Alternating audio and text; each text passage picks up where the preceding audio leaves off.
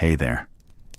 Tonight, we're stepping into one of the most chilling chapters of England's history. The execution of Anne Boleyn, wife of Henry VIII, mother to Elizabeth I, and one of the most controversial queens to ever sit on the throne, remains one of history's most haunting events. Her fall from grace was swift, but what really happened in those final hours before the sword swung? Before you settle in under that cozy blanket, take a moment to like the video and subscribe. But only if you really connect with the way I bring these stories to life. And hey, I'd love to know where you're tuning in from. What time is it in your part of the world? There's something comforting about knowing we're all drifting into history together, no matter where we are. All right, dim the lights, maybe light a candle if you have one, and if you can, let the soft hum of a fan play in the background. We're about to drift back to a cold spring morning in 1536, where Anne's fate was sealed and history was forever altered. We begin not in a palace, but in the quiet corners of the English countryside around the year 1501. The air is damp, the fields are muddy, and somewhere in the modest but well-appointed home of a noble family, a little girl is born. Her name? Anne Boleyn. Now, no one, not even the most ambitious member of her household, could have predicted just how far this child would go. She wasn't born a princess. She wasn't even born particularly close to the crown. Anne's family, the Boleyns, were certainly noble, but they weren't the highest tier. Her father, Thomas Boleyn, had wealth, yes, and connections, but they were courtiers, people who served the court, not those destined to rule it. Again, the Boleyns were respectable, certainly. They had wealth, land, and some connection to court. But they were not the most powerful family by any means. They were ambitious, though. And in Tudor England, ambition had a way of being both a ladder and a trap. Anne's mother, Lady Elizabeth Howard, came from a slightly grander lineage, being the daughter of the Duke of Norfolk. But even that didn't place Anne anywhere near the throne. In fact, as a second daughter, yes, second, because she had an older sister named Mary, Anne wasn't even expected to take center stage within her own family. She was clever, sure, and charming. But if anyone were to catch a king's eye, surely it would be the firstborn. And yet, history, as it often does, took a different path. Anne's childhood was split between England and the glittering courts of Europe. She was sent abroad, first to the court of Margaret of Austria in the Netherlands, then later to France, where she served Queen Claude. This time overseas was more than just education. It was refinement. Anne returned to England in her late teens or early 20s, not just as a young woman, but as a poised, fashionable, and culturally polished courtier. She spoke fluent French, had studied art, music, and dance, and carried herself with an air that was, for lack of a better word, captivating. And in the Tudor court, a place where appearances and presentation were everything, this mattered. It mattered more than bloodlines. It mattered more than being the eldest. And it certainly mattered more than anyone's original expectations. When Anne returned to England, it was her sister, Mary Boleyn, who had already caught the attention of King Henry VIII. Mary had become the king's mistress for a time, though she faded into the background before long.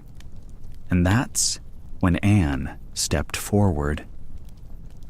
Anne wasn't like the other women of court. She didn't throw herself at Henry's feet. In fact, she resisted him. Politely, of course, but firmly.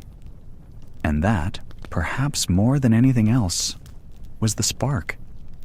Henry VIII, a king used to getting what he wanted, found himself in the rare position of being told no. And he was fascinated. Anne didn't give in. Instead, she played a longer, more careful game. She offered not affection, but ambition.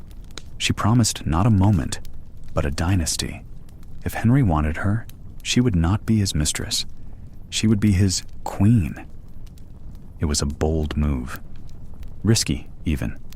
Because to make Anne Boleyn his wife, Henry would have to do the unthinkable. Divorce his current queen, Catherine of Aragon. This was no simple annulment.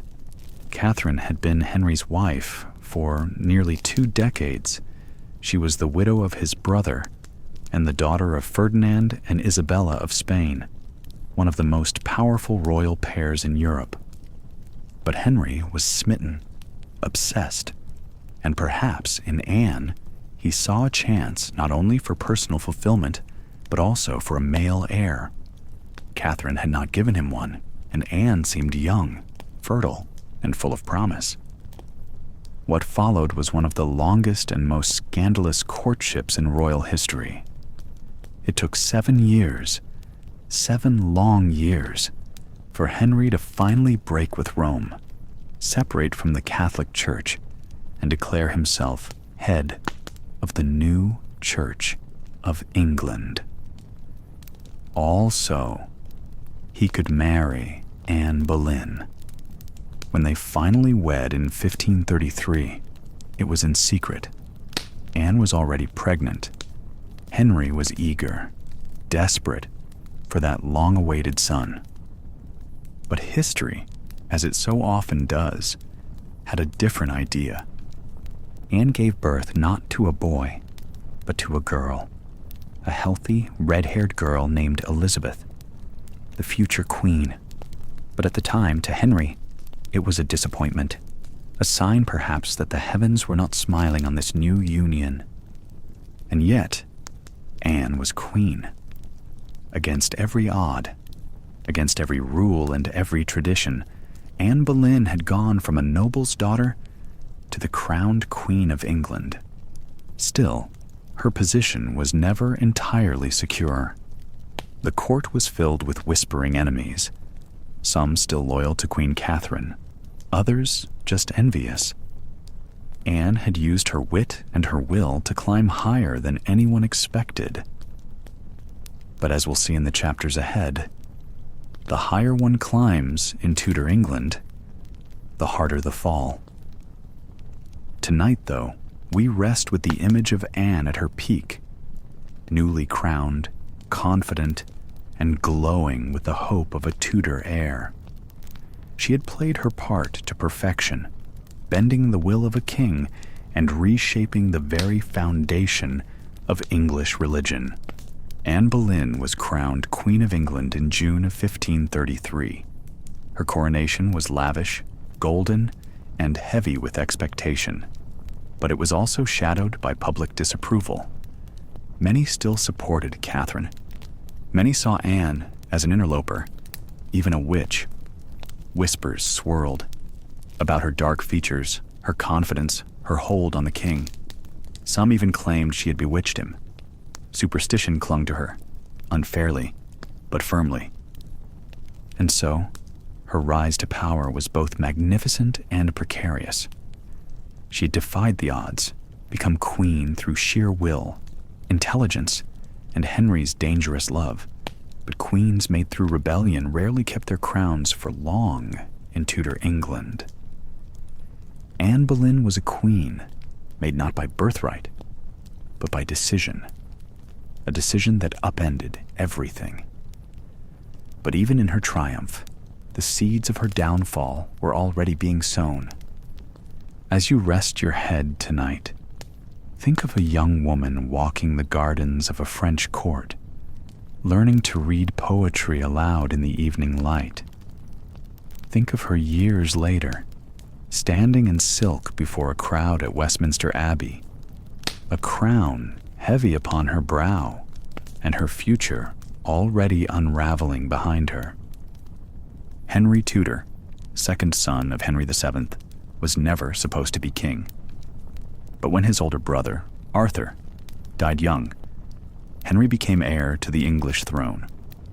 As a boy, he was known for his charm, athleticism, and golden appearance.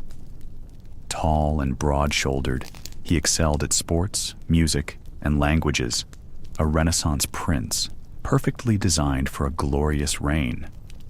Yet, in time, glory would turn to obsession and charm would unravel into cruelty.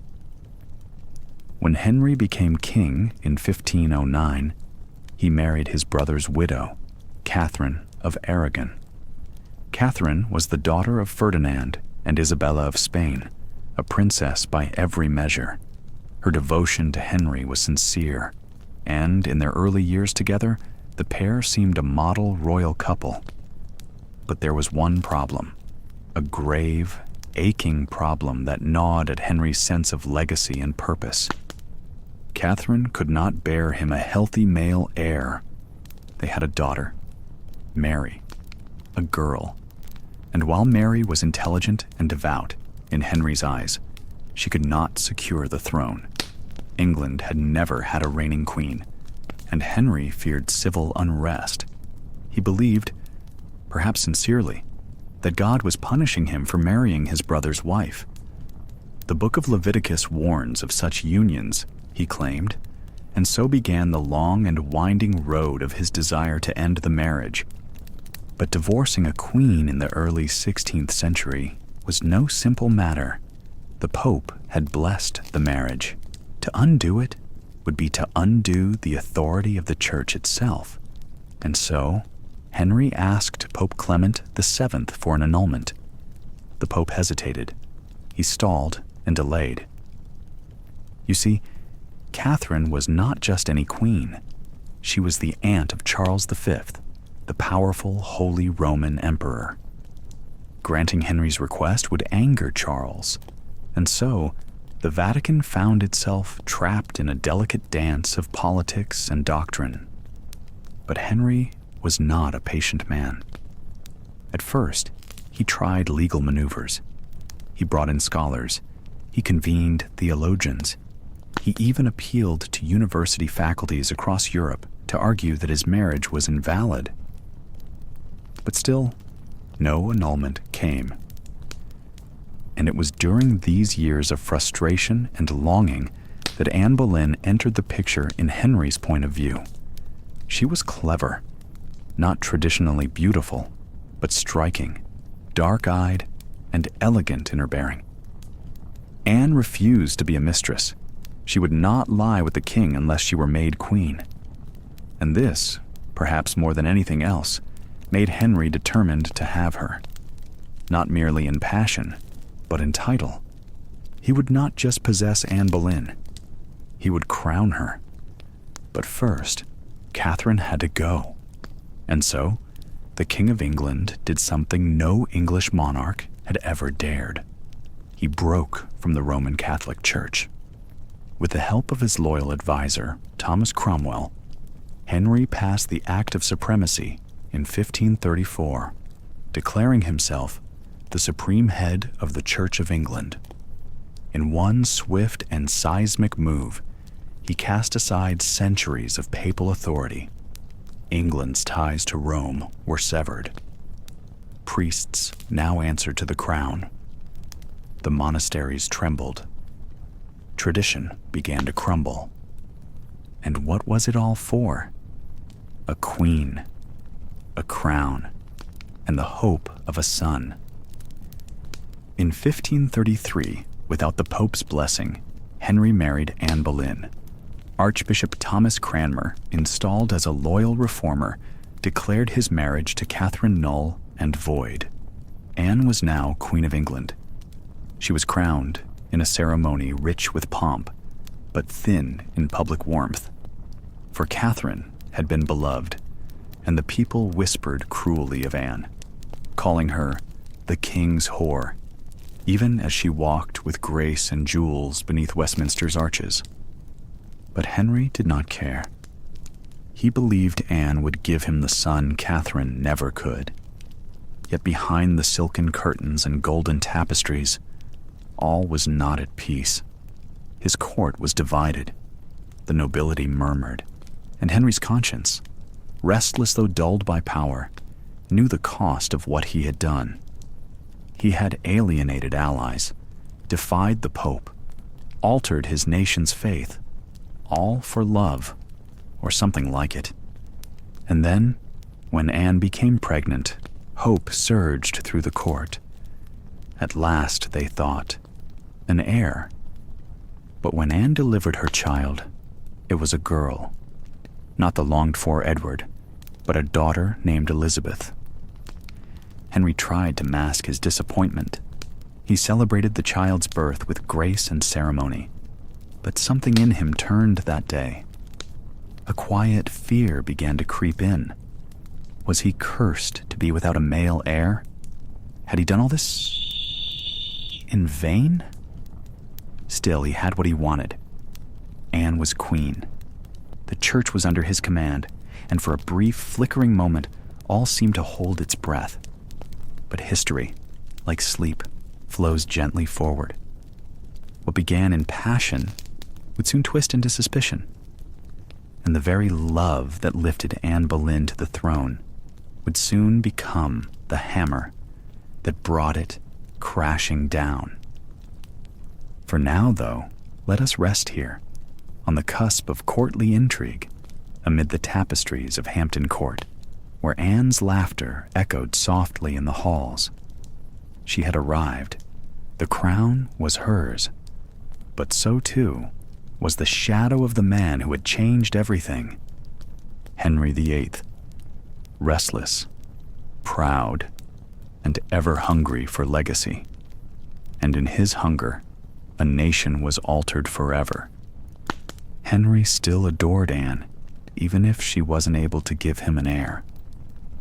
But passion is a storm, not a sanctuary.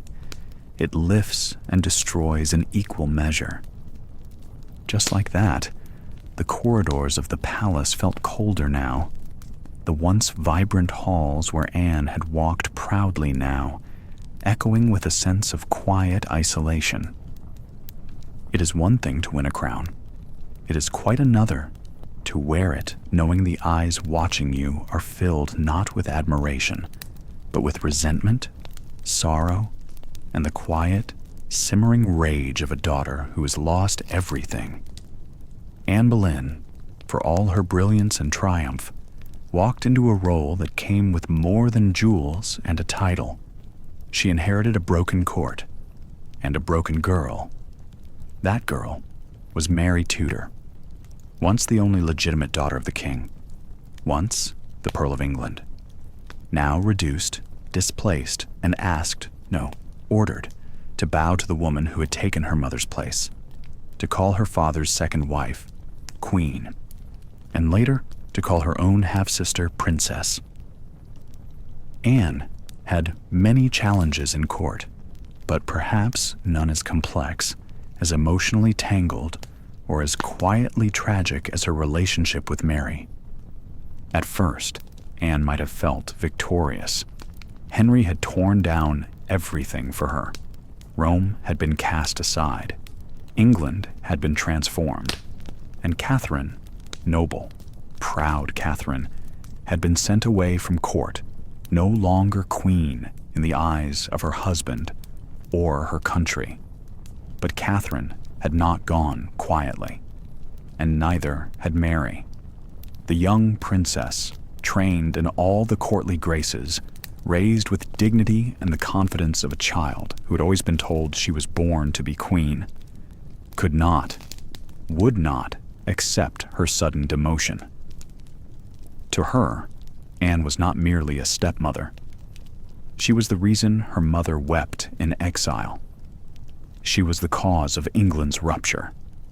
A woman who had twisted her father's affections, and cast a shadow over her future.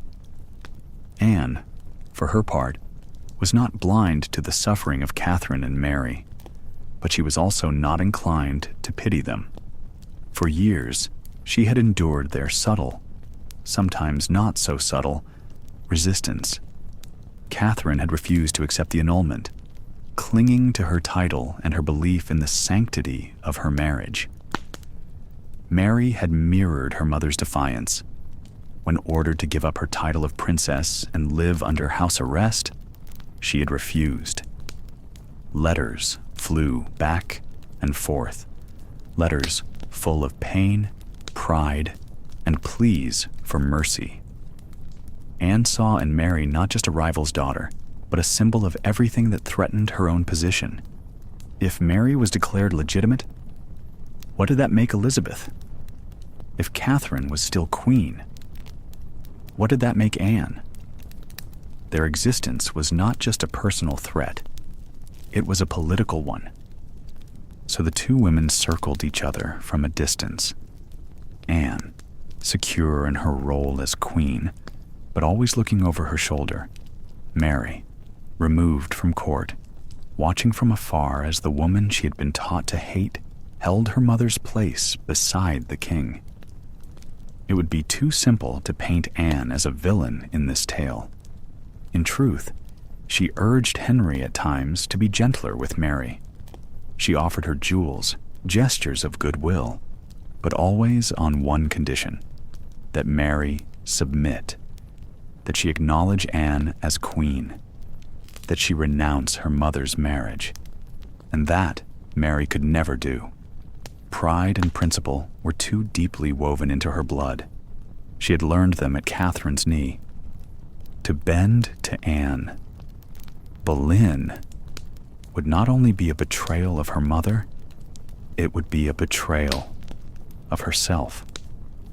And then came the unraveling. Anne's power began to fade. Her heart, once filled with hope and expectation, was heavy. She had always known that being queen was a fragile thing. She had clawed her way to the top, defied the odds, and won Henry's heart. But she had also known that nothing in the world could guarantee that the throne would stay hers forever. The pressure of bearing a son had never been more acute. After Elizabeth's birth, Anne had felt the weight of the entire nation on her shoulders. But it was different now. Elizabeth, though beloved, had not been the heir Henry had wanted. He had hoped for a son, someone to carry on the Tudor name, to solidify his break from Rome. He had put all his faith in Anne to provide him with that heir, and the eyes of the court and the kingdom were upon her, waiting for her to fulfill that promise. When Anne found herself pregnant again, she had allowed herself a cautious sense of hope. She had been through this before. She knew the risks, but there was always a glimmer of anticipation that came with the prospect of new life. She allowed herself to dream, even if only for a moment, of a son, a future that Henry could truly call his own. She held her stomach in secret moments, whispered quiet prayers, and when she could, smiled at the thought of her child growing strong inside her. But as the days passed, that hope began to falter. It didn't take long for Anne to realize something wasn't right. The pregnancy didn't feel the same.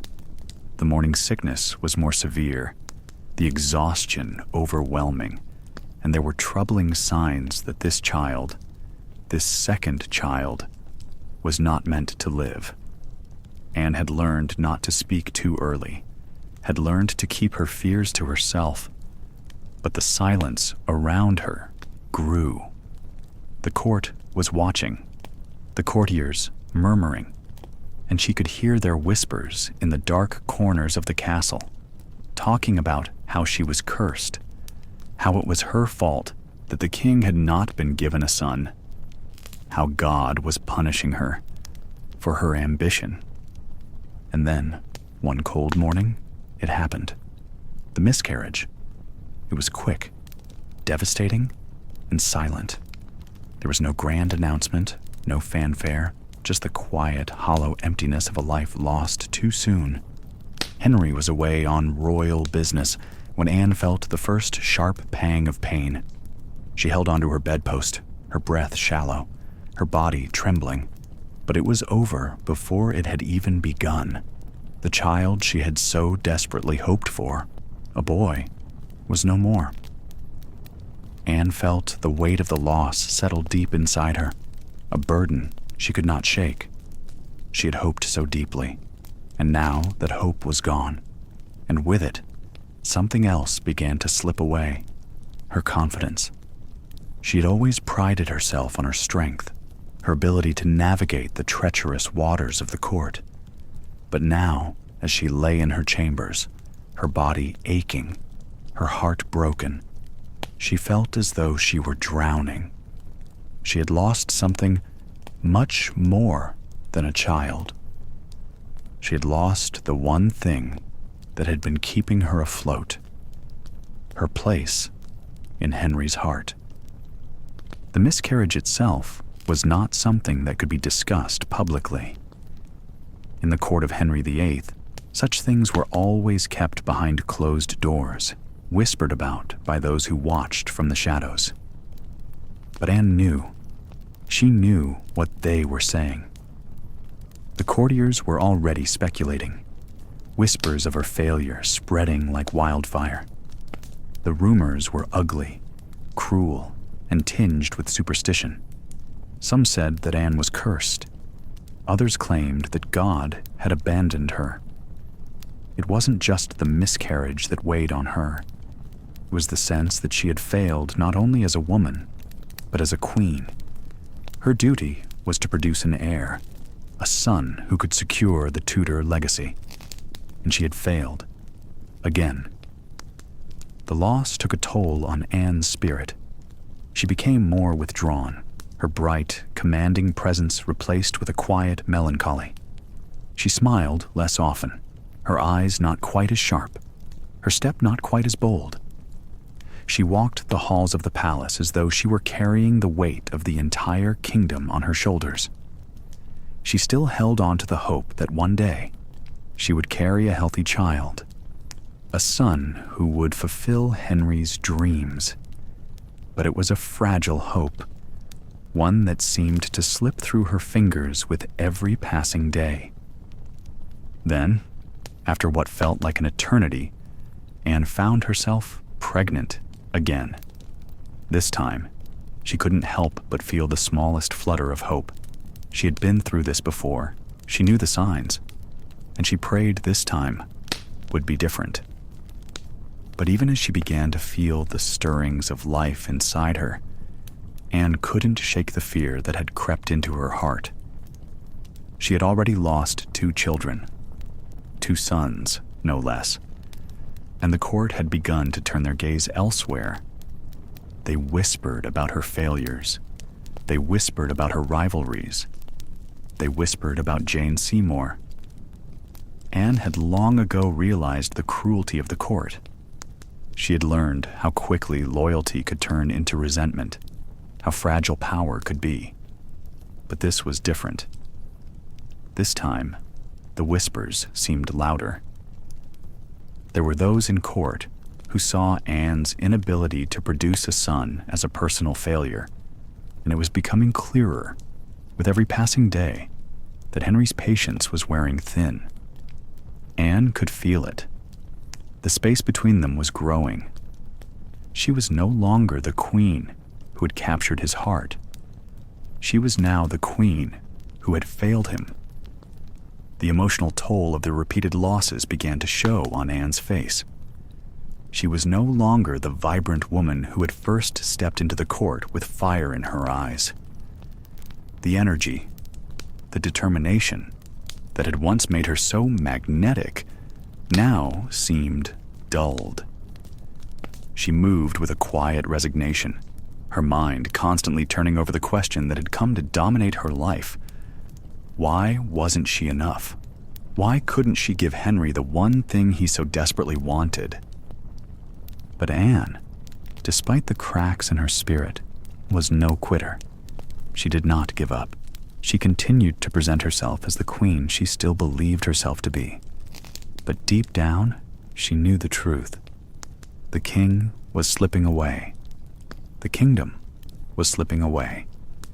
And she was standing on the edge of a precipice, waiting for the inevitable fall.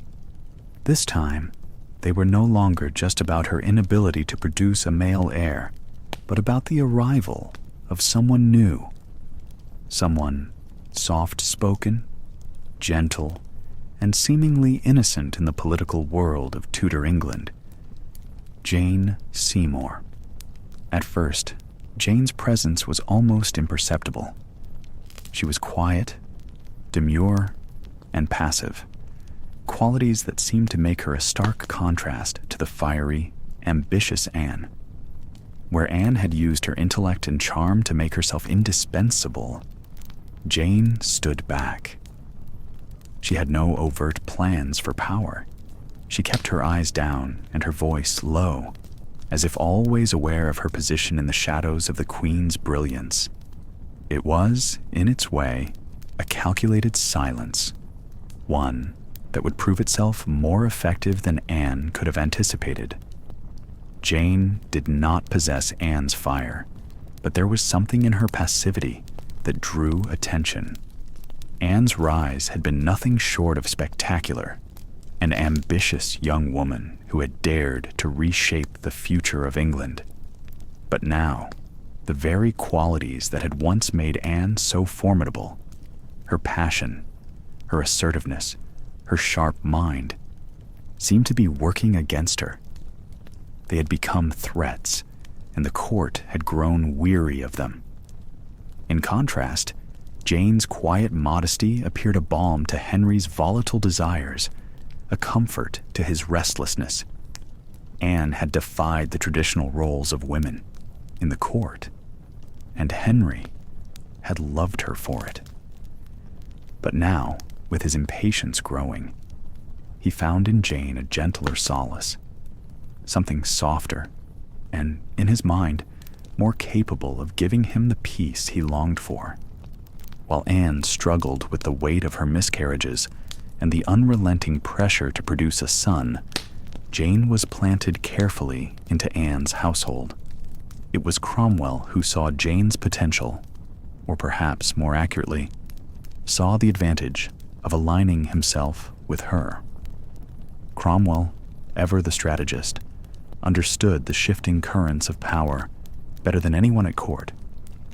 He knew that Anne's time was running out, and he could feel the winds of change gathering. He quietly supported Jane's rise, making sure she stayed close to Anne, always in the background, never overtly pushing herself forward, but always just visible enough. This placement was no accident. Jane was patient, waiting for the moment to be recognized. But more than that, she was useful to Cromwell in ways that Anne, with all her brilliance and beauty, could no longer be. Jane, it seemed, could be molded into the Queen. Henry desperately needed, without the same resistance. Cromwell's influence made sure of it. Anne, for her part, saw these subtle changes unfolding, but her awareness of them only fueled her growing paranoia. She had always been attuned to the whispers of the court, to the power dynamics shifting in the shadows. She could feel the ground beneath her tremble, and though she never allowed herself to show how deeply the anxiety seeped in, it was becoming harder to ignore. At times, her jealousy felt like an insidious presence in her chest, but Anne was not the sort to allow herself to be consumed by emotions. No, she was smarter than that. She had learned long ago that in the world of Tudor politics, emotion was a luxury few could afford. So instead of falling prey to hysterical outbursts, she calculated her resistance. She played the game. She watched, waited, and bided her time. Anne knew the value of her alliances, and she clung to them fiercely. she still had supporters, her closest confidants, men who had helped her ascend the throne, and she knew that if she could hold on to them, she might still secure her place. But Jane's rise seemed inevitable. The court had started to favor the quiet, compliant woman who seemed capable of giving Henry what he wanted without demanding the world in return. For Henry, Jane was a reprieve from the tension of Anne's presence. Where Anne had demanded his attention, Jane simply accepted it. Where Anne had pressed for power, Jane stayed in the background, an innocent player who could never be seen as a threat. To Anne, it was a bitter pill to swallow. For all her years of struggle, for all her sacrifices, she was now being overshadowed by a woman who, by all accounts, had no grand designs. Jane was not ambitious in the way Anne had been, and yet it was Jane who was slowly carving out a place for herself in Henry's heart. Anne's growing sense of loss was palpable, but she remained outwardly composed. There were moments when the jealousy threatened to break free, moments when she caught Jane's innocent smile, or when she saw Henry's gaze linger too long. But Anne did not let these feelings show. She would not give the court the satisfaction of seeing her unravel. Instead, she sharpened her wit, honing her strategies in private. She knew she could not rely on Henry's affection alone to maintain her place. If Jane was going to rise, Anne would need to ensure that her own supporters remained loyal, that her place as queen was unshaken. Still, the uncertainty of her position ate at her. With each passing day, the distance between herself and Henry grew. Each quiet gesture from Jane, a touch on the arm, a glance over the shoulder, felt like a betrayal, a reminder that her reign was becoming more fragile with every passing moment. The subtlety of Jane's rise was perhaps the most dangerous thing about it. Jane was not loud or brash. She did not take what she wanted by force. No, she waited. She was quiet, and in her silence, she stole what Anne had worked so hard to secure. It was a silent coup, one that Anne could not directly confront without risking her own downfall. But Anne had never been one to bow easily, and though she could not change the shifting tides of fate, she could at least prepare herself for whatever would come. So, she waited too. She kept her enemies close, watched Jane from a distance, and held on to the last remnants of her power with a quiet ferocity. What Anne didn't know, however, was that her resistance, her silence, was only giving Jane room to bloom in the shadows of her discontent. And as Jane waited patiently for her moment to rise, Anne, with all her sharp intelligence, would find herself outmaneuvered. The queen who had once defied the world now found herself fighting not against her king, but against the quiet strength of a woman who knew how to wait her turn. Henry had grown distant. Her allies were fading, and the one man who had once been her most loyal servant, Thomas Cromwell, was beginning to pull away. At first, it was subtle, but it was enough for Anne to notice. The man who had helped her rise to the throne, who had been instrumental in her marriage to Henry, was now turning his eyes elsewhere. His motives, which had once seemed aligned with her own, now appeared more self-serving. Thomas grew up with the clang of iron and the noise of ale-drunk evenings in his ears. But even as a boy, he had something else inside him. Not just ambition, but calculation, hunger mixed with foresight. The kind of mind that sees not just the world as it is, but what it could be.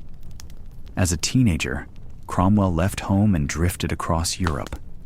He was, by turns, a soldier in the French army, a cloth merchant in Antwerp, a banker in Italy, a legal apprentice in the Netherlands. He wandered, but he absorbed. Languages, law, business, theology. He was not a nobleman, but he became more than learned. He became useful. By the time he returned to England, Cromwell had all the makings of a quiet storm. He began working for Cardinal Wolsey, the king's right hand. Wolsey saw Cromwell's brilliance almost immediately and brought him into the fold. For a time, Cromwell helped build monasteries, arrange trade deals, and navigate diplomatic snarls. But then, Wolsey fell, too slow to secure Henry VIII's desired annulment from Catherine of Aragon.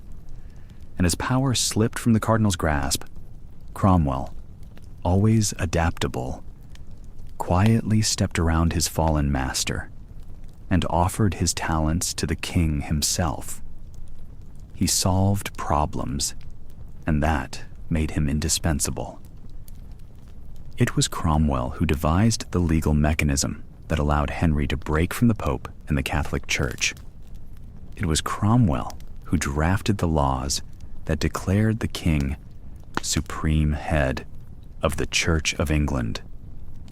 And it was Cromwell who oversaw the slow, relentless dissolution of England's monasteries, selling their lands, melting their treasures, and pouring their riches into the king's coffers.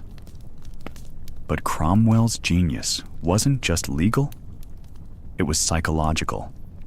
He understood what men feared, what they hoped for, and what they would trade to preserve either one. He could read the court like a ledger, and he knew where every weakness was. And yet, power never comes without enemies. Cromwell's mind was always calculated and always precise. He was a man who understood the weight of power and the fragility of it. It was no surprise to Anne that Cromwell had his eyes set on the future, just as she had. But the more she observed him, the more it became clear that his future no longer had her in it. Cromwell wasn't motivated by loyalty to Anne or to the king. He was motivated by power. His allegiance had always been to himself, to his rise within the new order, to the Reformation that was taking shape across England.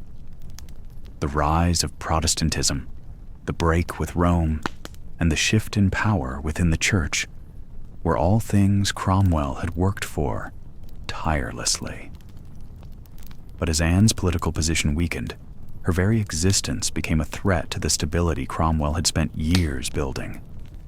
Her once radical, revolutionary stance on the Reformation now threatened to fracture the power structure he had so carefully crafted. If Anne continued to stand in the way of his plans, she would have to be removed. He needed her gone. Anne had always been a strong force, but as her miscarriages and the growing whispers of her failure to produce a male heir began to take their toll, her political position weakened. She was still queen, but the crown seemed to weigh heavier with each passing day. Her greatest triumph, her marriage to Henry, the breaking of England from Rome, had come with a price. The king's obsession with a male heir had not faded, and Anne's failure to provide one had caused doubt. While Anne continued to advocate for religious reform, her ideas began to clash with those who sought to use the Reformation to consolidate power under the crown. Cromwell had become a master of controlling the Reformation, manipulating the religious upheaval to suit the king's desires. But Anne's insistence on using the wealth of the church for charity, rather than for the crown's coffers, was a step too far for him. She saw the riches of the church as a means to provide for the poor, to help the people who had suffered under the weight of centuries of corruption. Cromwell, however, saw the church's wealth as a resource to be taken and used for the crown's purposes to solidify Henry's rule and strengthen his position. Anne's calls for charity were in direct opposition to Cromwell's vision for the church. To him, she was a political liability, a threat to the Reformation he was shaping and the wealth he intended to seize. Their clash was inevitable. Anne's idealism, her desire to use power for the good of the people, was a direct contradiction to Cromwell's pragmatism, his cold, calculated pursuit of control. The political landscape was shifting, and Anne, despite her sharp intelligence and keen political instincts, was unable to stop the tide from turning against her. Cromwell's influence was growing, and with it, his ability to orchestrate the quiet betrayal of Anne Boleyn. In the court, whispers began to circulate. Anne, once seen as the center of the Tudor Revolution, was now being painted as a dangerous figure. Her failure to produce a male heir, her constant pushing for religious reform that didn't align with the king's desires, these were the seeds of her downfall. But they were also the seeds that Cromwell planted, working behind the scenes to undermine her support. Her supporters began to fall away, one by one. Men who had once stood by her side now began to distance themselves, to quietly back away from the growing scandal surrounding the Queen. Anne's influence over the court was waning. Those who had once looked to her as the future of England now saw her as a liability, a woman who could no longer give them what they had once hoped for, a male heir. Cromwell saw this as his opportunity. Anne's fall from grace was no longer a matter of if, but when. He had already begun to maneuver, to plant the seeds of doubt in Henry's mind, to build the case that Anne was not just an incompetent queen, but a dangerous one, a woman whose ambition had turned her into a political liability. As Anne's allies disappeared, Cromwell moved swiftly. He had long since distanced himself from the Queen, aligning himself with those who sought her downfall. He knew how to work the system, how to manipulate the king's emotions, how to make Anne's political demise seem like the only logical outcome. Henry, already disillusioned with his wife, found himself more susceptible to Cromwell's whispers, more willing to listen to those who spoke of Anne's faults, her failures, and her ambition. The more Cromwell worked, the more Henry began to question Anne. He began to see her not as the woman who had once captured his heart, but as the obstacle standing between him and the future he so desperately desired. A future with a male heir. Anne, for all her intelligence and her ability to read the court, had not anticipated the depth of Cromwell's ambition. She had not seen him as a threat, not in the way she should have.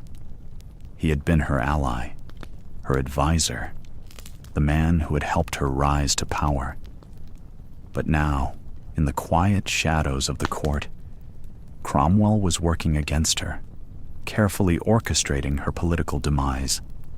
And Anne, in her growing isolation, could only watch as the court she had once ruled turned its back on her.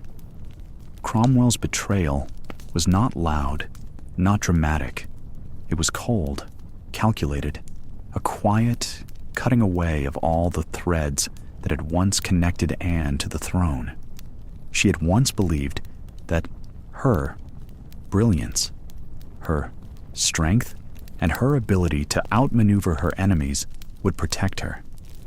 But in the end, it was Cromwell's quiet betrayal, his steady rise to power, and the shifting allegiances within the court that would bring her down. And Anne, powerless to stop it, would find herself standing alone in the ruins of her ambition.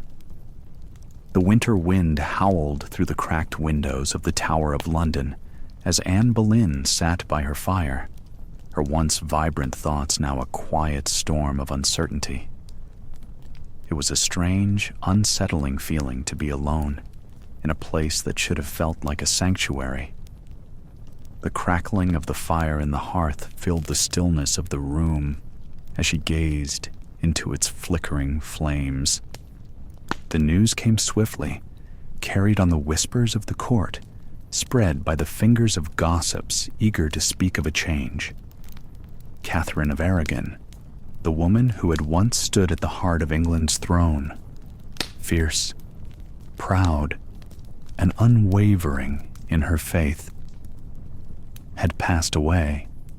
It had been a long time since Anne had dared to speak Catherine's name aloud.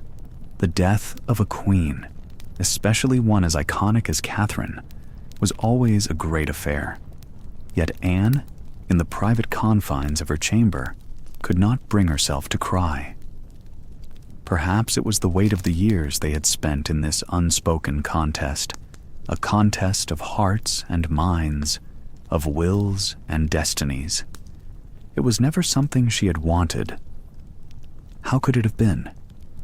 But it was something she had been forced into. And now, Catherine was gone. Anne's reaction, though, was not what many would have expected. At first, there was a wave of relief, a small breath of freedom, a quiet release. Catherine's death meant that Henry was, at last, free. The shackles of a marriage to a woman he had loved deeply, but who had not borne him the sons he so desperately craved, were gone. His burden was lifted, and the weight of his marital obligations had ceased. But this Anne knew was not just freedom. It was also a dangerous space to occupy. Henry, for all his grand gestures, for all the political and religious upheaval he had caused in their wake, was a man who craved love, not just a legacy. And while Anne had given him a daughter, a brilliant, fiery girl with red gold hair and a sharp mind, she had not given him the one thing he so desperately needed, a son, a male heir. It was what had pulled them together, and in the end, it was what had started to pull them apart. But now, Catherine's death brought with it a new horizon. The future of the Tudor dynasty no longer lay in the shadow of Catherine's name. For all intents and purposes, Henry was free to marry again, to start anew. And if Anne could give him that son, well then, perhaps she could still make good on the promises she had once whispered in his ear.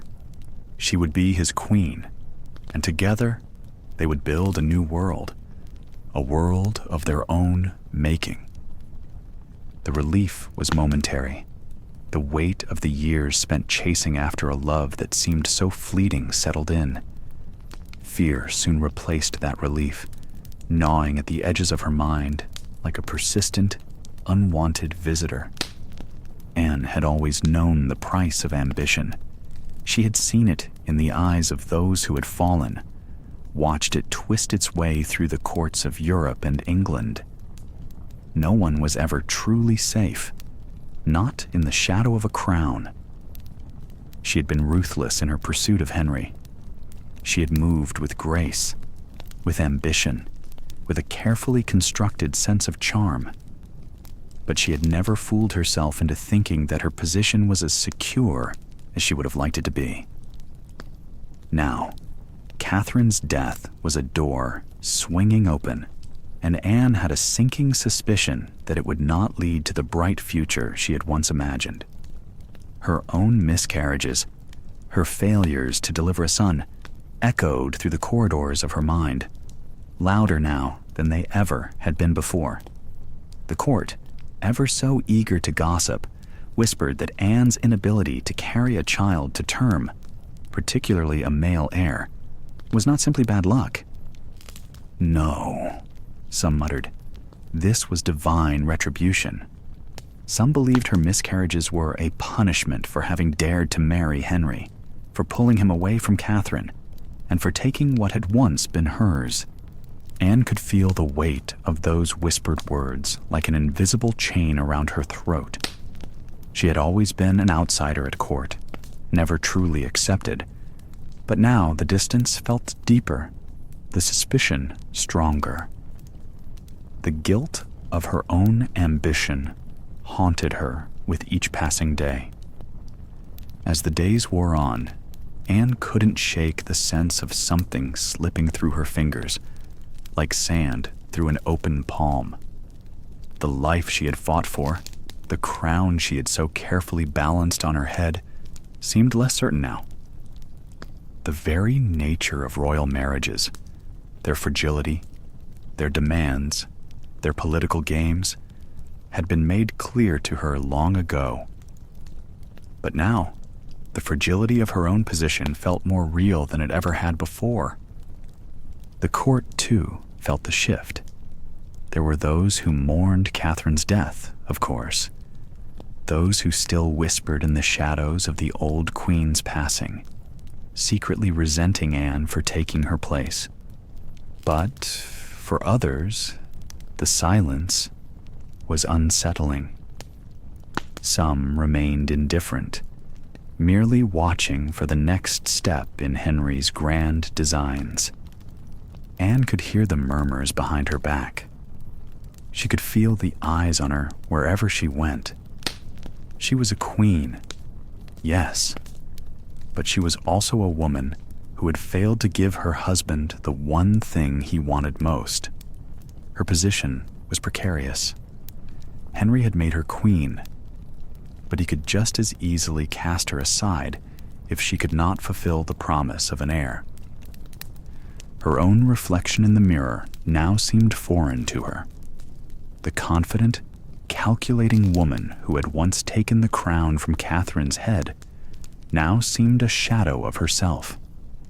The victory had been so sweet, so fleeting, and the weight of what was to come began to settle, like lead in her chest. Anne knew the reality of her situation. Without the son that Henry had so ardently desired, she was no longer safe. It was a truth she had always feared, but had been unwilling to fully confront.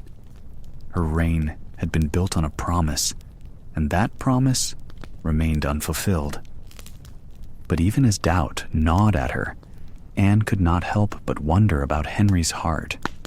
He had once been so desperate to marry her, so insistent that she would be the one to carry his legacy forward. The marriage had brought the Tudor dynasty into an entirely new era, one that had reshaped not only their family, but the very fabric of the English church. He had cast aside Rome, he had defied the Pope, and in doing so, he had made her queen.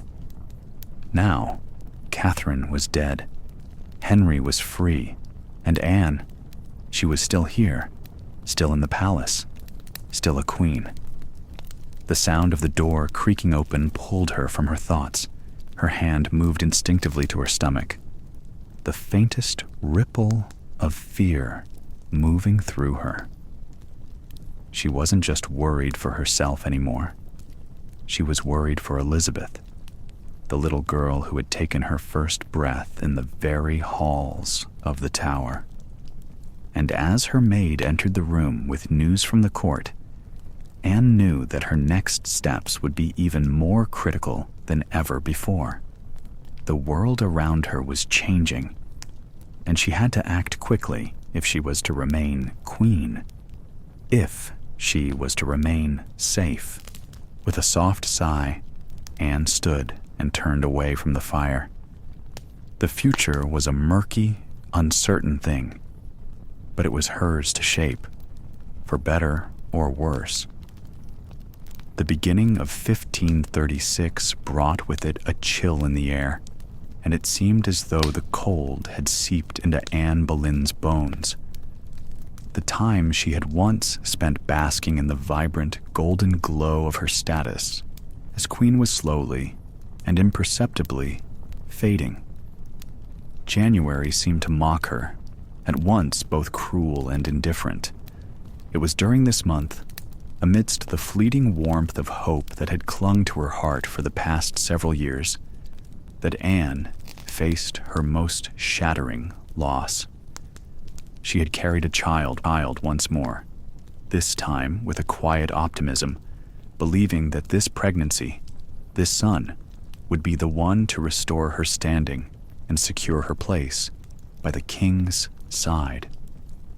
She had felt the first stirrings of life within her, and though she tried not to let her heart run wild with dreams of a male heir, deep down, she could not help but let herself believe that this time, things would be different. Anne had always understood the precarious nature of her position. She had lived her life with a constant awareness that to be queen, to wear the crown, was to live in a world where favor shifted as quickly as the winds. She had experienced the heights of passion, the warmth of Henry's love, so absolute and consuming when he had pursued her, against all the forces of tradition, against the very will of the church. And now, though she had given him a daughter, she could feel that love slipping away. A king in need of an heir could hardly be satisfied with a daughter, no matter how promising her future might be. Anne understood that this pregnancy was not just the hope of a child. It was the hope of survival, of maintaining her power, and of cementing her place as Henry's queen. A son would shift the balance, heal the fractures that had begun to appear between them, and silence the whispers that echoed through the court. But as the weeks passed, and as Anne's condition progressed, the signs began to show that all would not be well. By the time Catherine of Aragon passed away in early January 1536, Anne's anxieties had reached their peak. There had been whispers throughout the court of the Queen's illness, her steady decline. But there had also been rumors that Anne had wished for this end, a quiet whisper that swirled in the darker corners of the court. It was not lost on Anne, in her isolation, that Henry's thoughts would now, finally, be free to turn solely toward her and her son. But fate had other plans. On the very day that Catherine died, Henry, ever the robust figure of physicality, had suffered a severe injury in a jousting accident. He had been thrown from his horse in a collision that shook the court to its core. He was wounded, unconscious for a time, and the news traveled quickly through the corridors.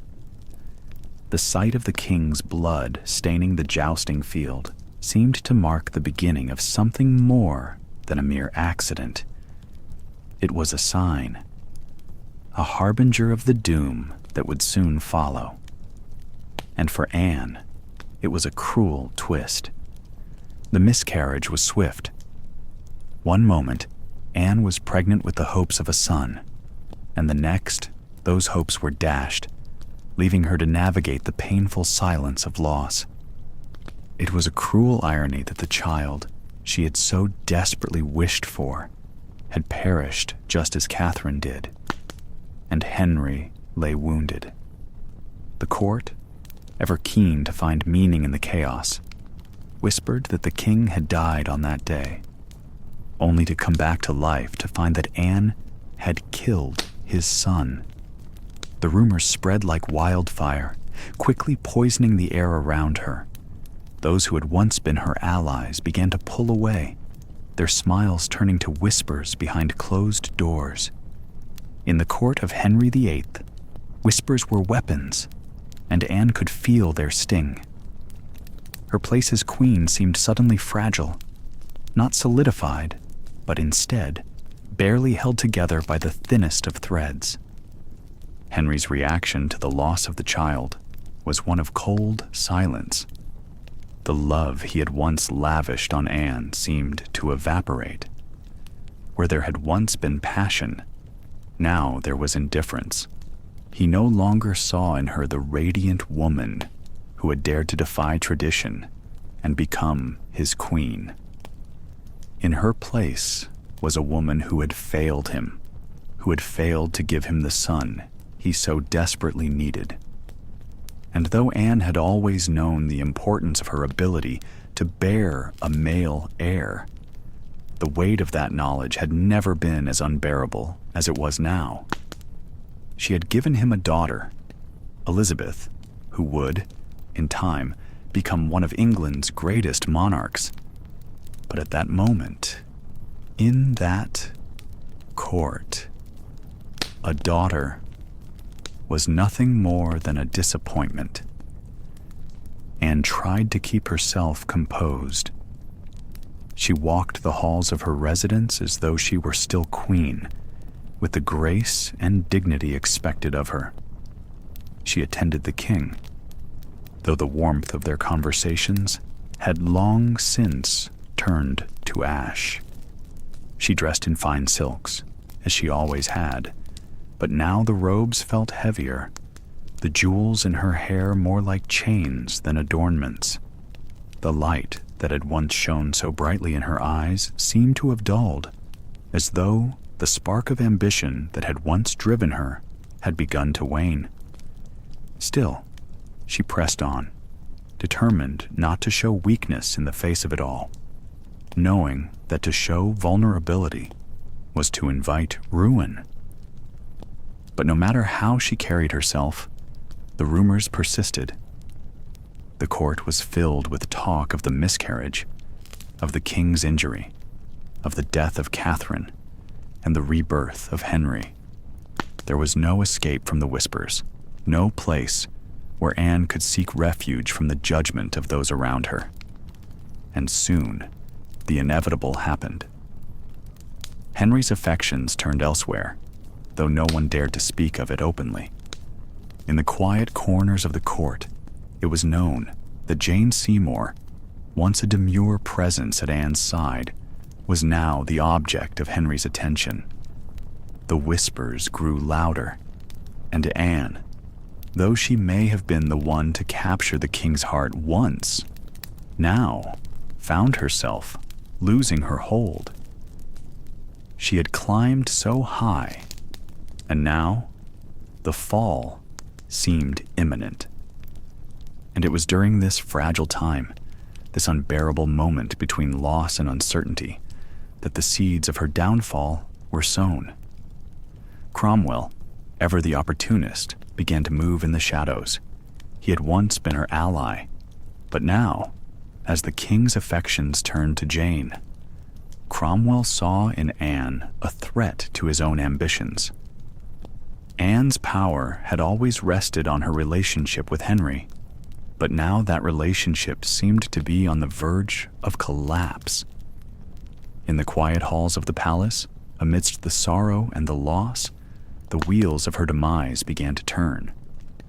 Anne had given everything to rise to the throne, but now she faced the painful truth. In this court, where loyalty was fleeting and ambition ran deep, she was no longer secure.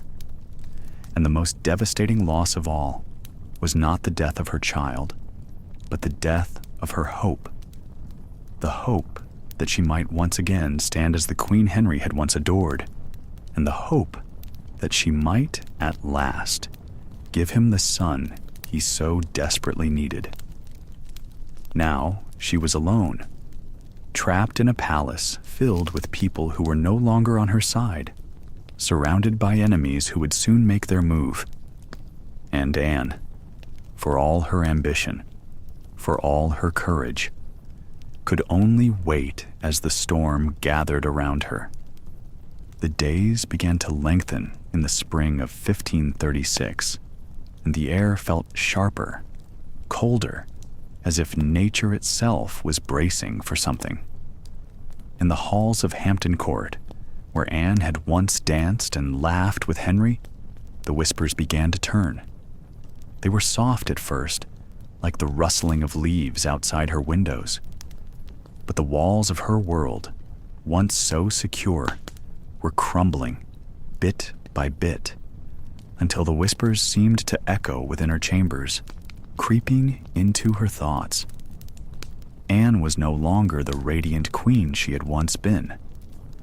Gone was the confidence she once wore like a crown, and in its place, a gnawing unease that curled around her heart. She didn't yet know what was coming, not fully, but something had shifted. She felt it in the way people spoke to her now, with just a hint of distance, just a touch more formality. Anne was, for the first time in years, unsettled, unsure of where she stood in the court, unsure of Henry's affections, unsure of anything at all. Across the great hallways of the court, in the darker corners where the Queen did not tread, Thomas Cromwell was hard at work. Cromwell had his spies, always a step ahead, always watching, and one of his key pawns was Mark Smeaton, the young musician who had been a frequent visitor to the Queen's court. Mark Smeaton was not a man of power. He was young, naive in many ways, and harmless, or so he thought. But Cromwell saw something in him, a vulnerability that could be exploited, a weakness that could be molded. Mark had always been a figure at the fringes of the court, never quite part of the core, always lingering in the shadows, always on the outskirts of power. Anne had spoken to him kindly, perhaps even with a fondness that had been mistaken for something more. But it was not love that Cromwell needed, nor even guilt. No, what Cromwell needed was a confession, and he would get it, no matter what the cost. And so, with cold precision, Cromwell sent his men to find Mark. The young musician was taken in the dead of night, dragged from his modest room, and brought to the very heart of Cromwell's web. Here, in the dark, with the flicker of candlelight dancing on stone walls, Mark was shown the horrors of the world he had entered. He was told nothing of the truth, but everything of the price of defiance. The interrogations were long, brutal, designed not to uncover truths, but to break the spirit. Mark was told that Anne had betrayed him, used him, and now he was nothing more than a pawn in her game. His own shame, real or imagined, was twisted against him. And then, when Mark could bear it no longer, when his mind was clouded with fear, the confession came, not from his lips, but from the depths of his broken heart. Anne, he claimed, had used her influence, had seduced him into an affair. It was a lie, a carefully constructed lie, but it was enough. Enough to give Cromwell the leverage he needed. Enough to ignite the fire of suspicion that would burn Anne alive. With Mark's confession in hand, Cromwell moved quickly.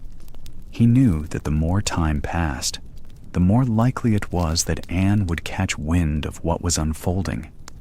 It had to be done swiftly, and it had to be done with precision. The webs he wove tightened around Anne like a noose.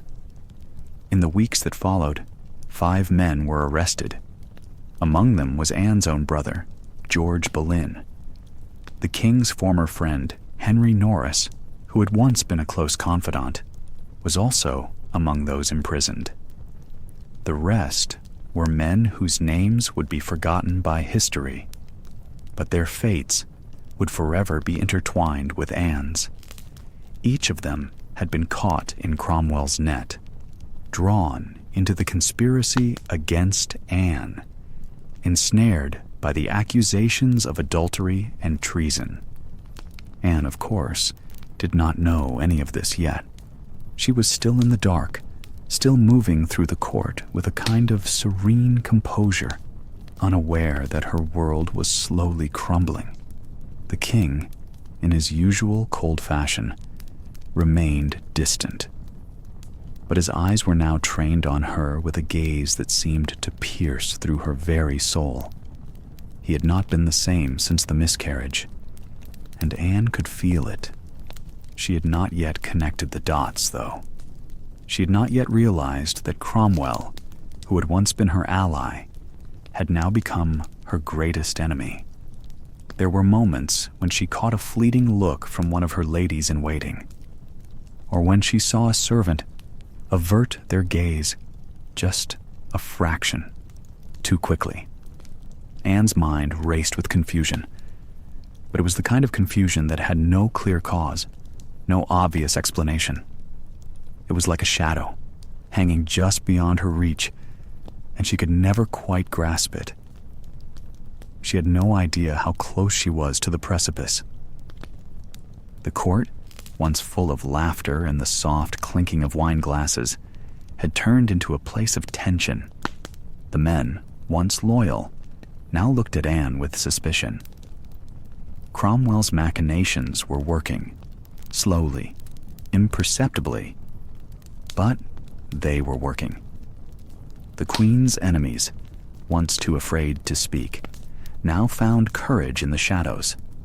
They whispered about her, about the king's supposed indifference, about the tragic miscarriages. They whispered that she had failed him, that she was nothing more than a usurper who had placed herself in the way of a man destined for greatness.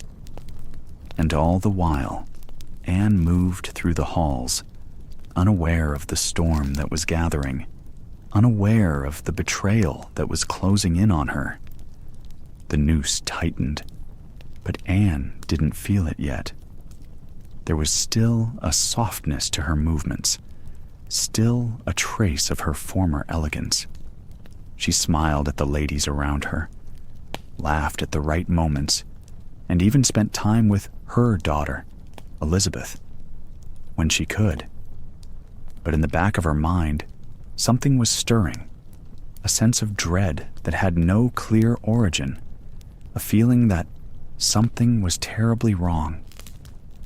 In the darkness, behind the curtains of power, Cromwell's plan was already set in motion. The Queen, who had once stood so tall, was now slowly, silently being undone. On the morning of May 2nd, 1536, the sun had already risen over the misty Thames, casting an eerie glow on the grand palace of Greenwich. It was a morning like any other. Yet, for Anne Boleyn, the day was marked by an unbearable weight. It was only hours before she would be torn from her world and cast into a prison that had become synonymous with both finality and power. The Tower of London. The events that would unfold seemed almost impossible, too surreal to comprehend.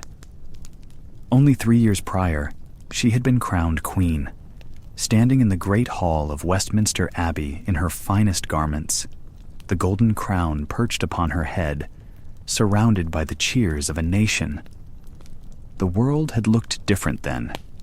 It had been a world where she had risen from the daughter of a mere knight to the Queen of England, all because of her wit, her charm, and her refusal to be another royal mistress. But now, as she stood in her chambers, the reality had begun to shift. The whispers of betrayal had grown louder. Anne had always known that her position was precarious, but even she couldn't have imagined how swiftly things could turn. As her ladies-in-waiting helped her prepare for the day, there was a palpable tension in the air, a stillness that felt too thick to breathe. Anne's stomach churned with unease, her thoughts racing, but there was no escaping the trap that had been set for her. Her enemies had already moved too far, and Henry, the man who had once worshipped her, was now too far removed from the woman she had once been. The love he had once showered upon her had long since turned cold, replaced with disillusionment and frustration. In their marriage, she had not given him the heir he had desperately wanted, and that disappointment had festered into something darker. Henry had become distant, and Anne, in turn, had become paranoid. She'd been so sure of her place, but now that she was pregnant with what she had hoped would be a son, everything felt tenuous, as if it could crumble with a single misstep. Yet, she could never have anticipated the cruelty of the moment that awaited her. It came without warning. The sound of footsteps echoed in the hallway, and Anne's heart skipped a beat. The door to her chambers creaked open, and 2 guards stepped inside, their faces unreadable. Anne stood frozen for a moment, her breath catching in her throat. This was it. Her mind raced, but her body stood still, paralyzed by the weight of her fate. The guards were silent as they approached her, and Anne knew that there was nothing she could do to change the course of events. "Your Grace," one of the guards said, bowing low. "The king's orders.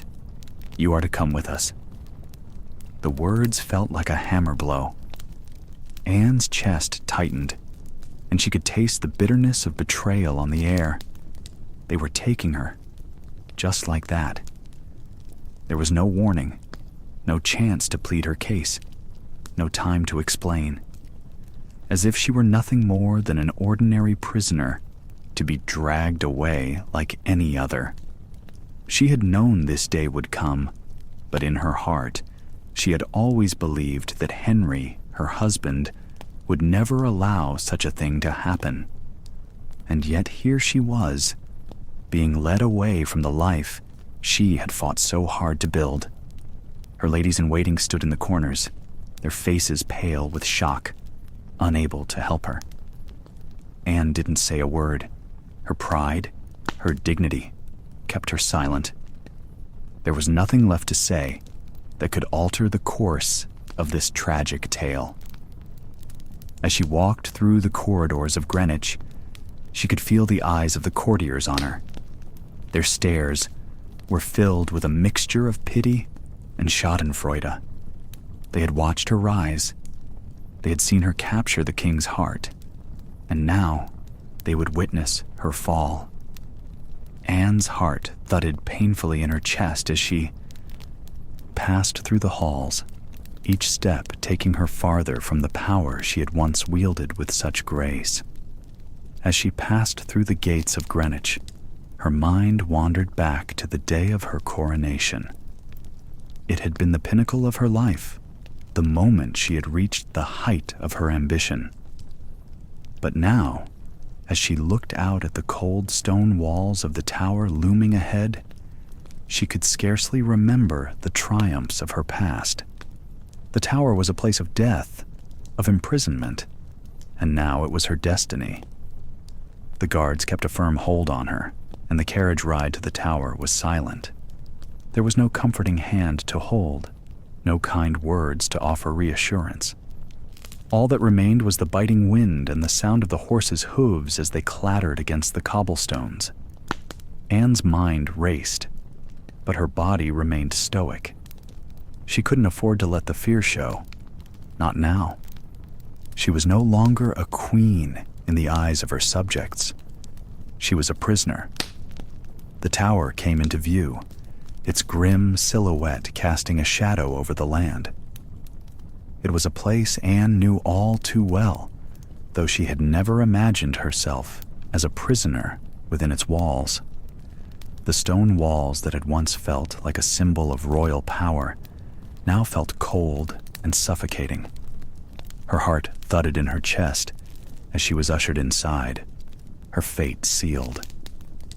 She was led through the dark, narrow halls, her footsteps echoing eerily in the silence. The air was damp, heavy with the scent of age and history. As the door to her cell was opened, Anne's eyes flitted nervously over the stone walls. The room was sparse, little more than a bed and a wooden chair. The chill in the air seemed to seep into her very bones. The heavy iron door creaked shut behind her, and Anne was left alone in the stillness. She sank onto the bed, her head spinning. unable to reconcile the woman she had been just hours ago with the prisoner she had become. Outside her cell, the voices of the guards echoed, their steps heavy as they patrolled the corridors. Anne was not allowed the solace of solitude for long. The sound of footsteps in the hallway outside was a constant reminder that she was no longer Anne Boleyn, Queen of England, but Anne Boleyn, the prisoner, the accused. She had been betrayed, abandoned by the very man she had once believed would stand by her side until the end. As she lay on the hard, cold bed, the weight of her situation pressed down on her. Her mind wandered, though her thoughts remained clouded with confusion, fear, and an overwhelming sense of loss. She had been wronged. She had been betrayed. But in the silence of the tower, she knew there was little she could do to change her fate. The grandeur of her coronation, the golden crown, the shimmering robes, all seemed like a distant dream. Now, there was only the dark, cold reality of the Tower of London, where she would wait for her trial, a trial that had already been decided. The man she had loved, the man she had fought for, was no longer the man who had married her. The man she had once called husband was now a stranger to her. As she lay there, in the quiet darkness of her prison, Anne Boleyn knew that her fate had already been sealed. There would be no more triumphs, no more glory, only silence, only shadows, and the weight of betrayal. The air inside the courtroom felt thick, stifling, almost as though the very walls were closing in on Anne Boleyn. She stood at the center, her back straight, her head held high, though her heart was a whirlwind of conflicting emotions. It was May 15th, 1536, and Anne Boleyn, once the beloved Queen of England, was now a prisoner, a woman accused of crimes that could only be described as treasonous. The charges were nothing more than a tapestry of lies, a series of fabricated events designed to end her life, to quench the power she had fought so hard to gain. But there she was, in the grand hall of the courtroom, surrounded by the very men who had once bowed before her, now waiting for her fall. The trial was less about justice and more about spectacle, a political theater designed to make the unthinkable appear inevitable. It was clear to all who entered that the outcome had already been determined. The verdict was written in advance, though it would take hours to unfold. The judges were not impartial. They were her enemies, some of whom had long ago turned against her, ready to see her brought low. The charges were absurd, of course. Adultery, incest, plotting the king's death. These were accusations that no one truly believed. Even her own brother, George Boleyn, had been named, as had several other men, all of whom had been accused of having affairs with the Queen. It was an insult to the truth, a twisting of the fabric of reality. But in the end, truth mattered little. In the court of King Henry VIII, power and politics reigned supreme. As Anne was led into the room, her gaze swept over the faces of the men seated before her. Some were unfamiliar to her. Others were men she had known in the court, but all of them held a silent verdict in their eyes, one that she would never be able to sway. She did not flinch. Her composure was breathtaking. Where some might have cowered, she stood tall and proud, her eyes fixed straight ahead, unwavering. She had come this far in life by relying on her wit, her charm, and her sharp intelligence. Today, she would rely on them once more, though she knew it was futile. The charges were read aloud, one by one.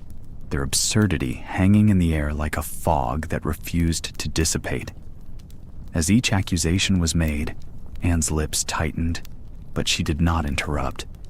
She simply listened, her face a mask of quiet strength. She knew that protesting would only make her seem guilty in their eyes, so she remained still, letting the words wash over her. The men who sat in judgment were no strangers to deception, but they were experts in the art of persuasion. It was not the truth they sought, but the confirmation of what they already believed. Anne was a danger, a threat to the stability of the crown, and she had to be removed. When it was her turn to speak, Anne rose from her seat. The room seemed to hold its breath as she stepped forward, her voice steady as she addressed the court. She was not the woman who had once flirted with Henry VIII in the early days of their courtship. She was no longer the queen adored by many. Now she was a woman backed into a corner, a woman fighting for her life. But even in the face of such injustice, there was something regal about her. She did not crumble. She did not beg for mercy. Instead, she defended herself with the calm precision of someone who knew that the court's mind had already been made up, and yet she would not go down without a fight. "I stand before you accused of many things," Anne said, her voice clear, though there was a tremor of emotion that she quickly masked.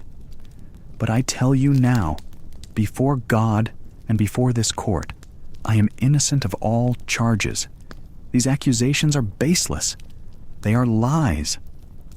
Her eyes swept over the faces of her accusers, meeting each one in turn. "I have been faithful to my husband, the king. I have done nothing that could bring harm to my family, to my country, or to my king." There was a moment of silence as Anne paused, her words hanging in the air. Some of the men in the room looked uneasy, as though they were uncertain of how to proceed.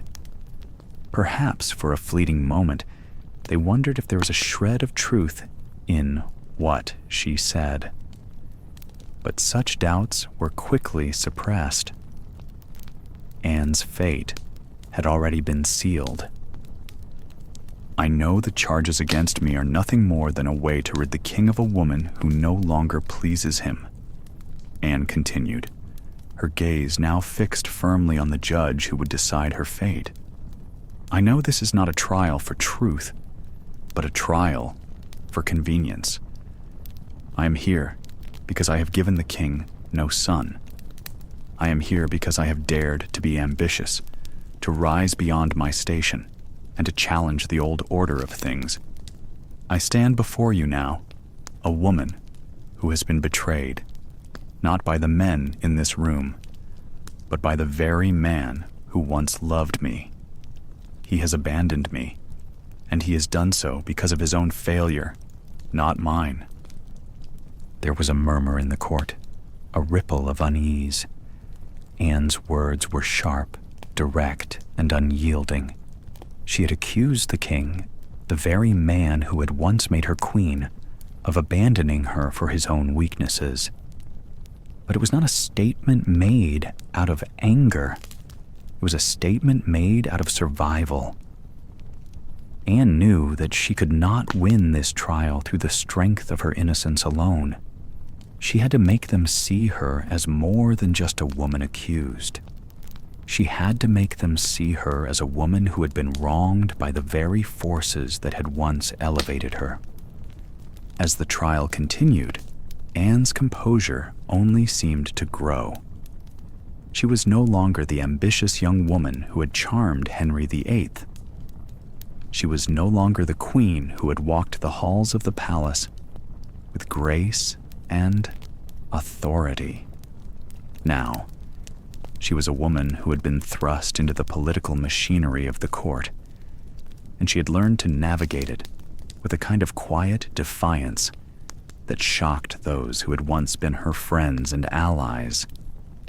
But despite her eloquence, despite her strength, it was clear to all that the verdict had already been decided.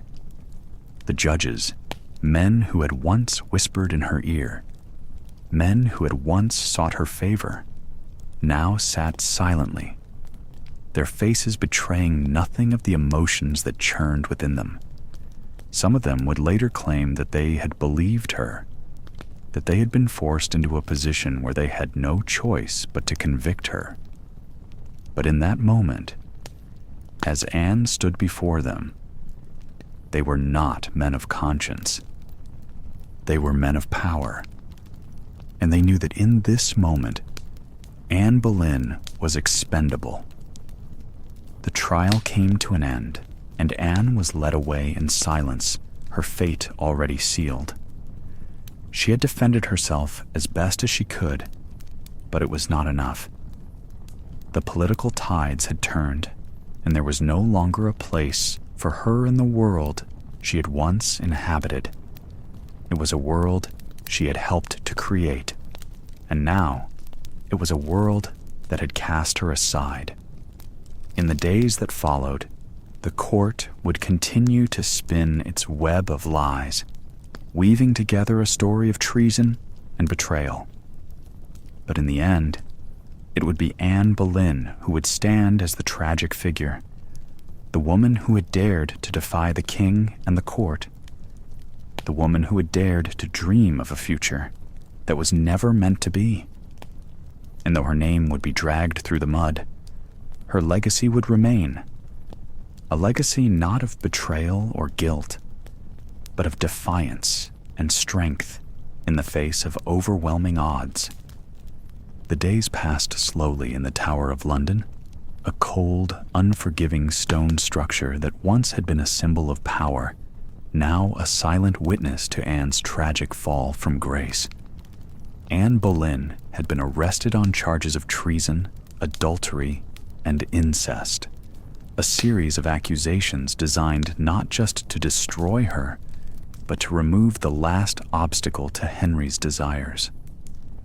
As she sat in the dim, austere chambers of the tower, her mind was not filled with thoughts of escape or vengeance, but rather of acceptance. Her fate was sealed, and though her heart ached with the realization of how far she had fallen from the heights of royalty, she had no choice but to face the inevitable. The days stretched on, each one a quiet march toward her final moments. Despite the cruel confinement, Anne's resilience remained. She was visited by various figures from the church, some loyal, some indifferent, and some sent simply as agents of the crown. Archbishop Cranmer, the man who had once been one of her closest allies, came to her with the quiet weight of a man fully aware of the charge hanging over her. The Archbishop, whose role in the separation between Henry and Catherine had forever marked him in history, came now not as a man of power, but as a comforter in her final hours. They spoke little, but in the shared silence between them, there was an understanding. He offered her the sacrament of confession, and though she had never been known for her devoutness in matters of religion, Anne accepted with the grace of a woman who knew her soul's journey was almost complete. She prayed, not for her life to be spared. She had long given up on that, but for peace, for the safety of her daughter Elizabeth, who, though not yet born to the crown, would one day rule England as one of its greatest monarchs. As the days in the Tower continued, Anne's reflections were not entirely focused on the sins that had brought her here, nor the bitter betrayal that now left her in shackles. Instead, her thoughts seemed to drift, from time to time, to the early years of her life, to the ambitious dreams she had nurtured in her youth, to the powerful love she had once shared with Henry. What she had once thought of as a passionate romance had become, in these dark moments, a tragic symbol of her undoing. She thought of how she had charmed a king, how she had risen from the ranks of nobility to the throne of England, defying all the odds that had been stacked against her.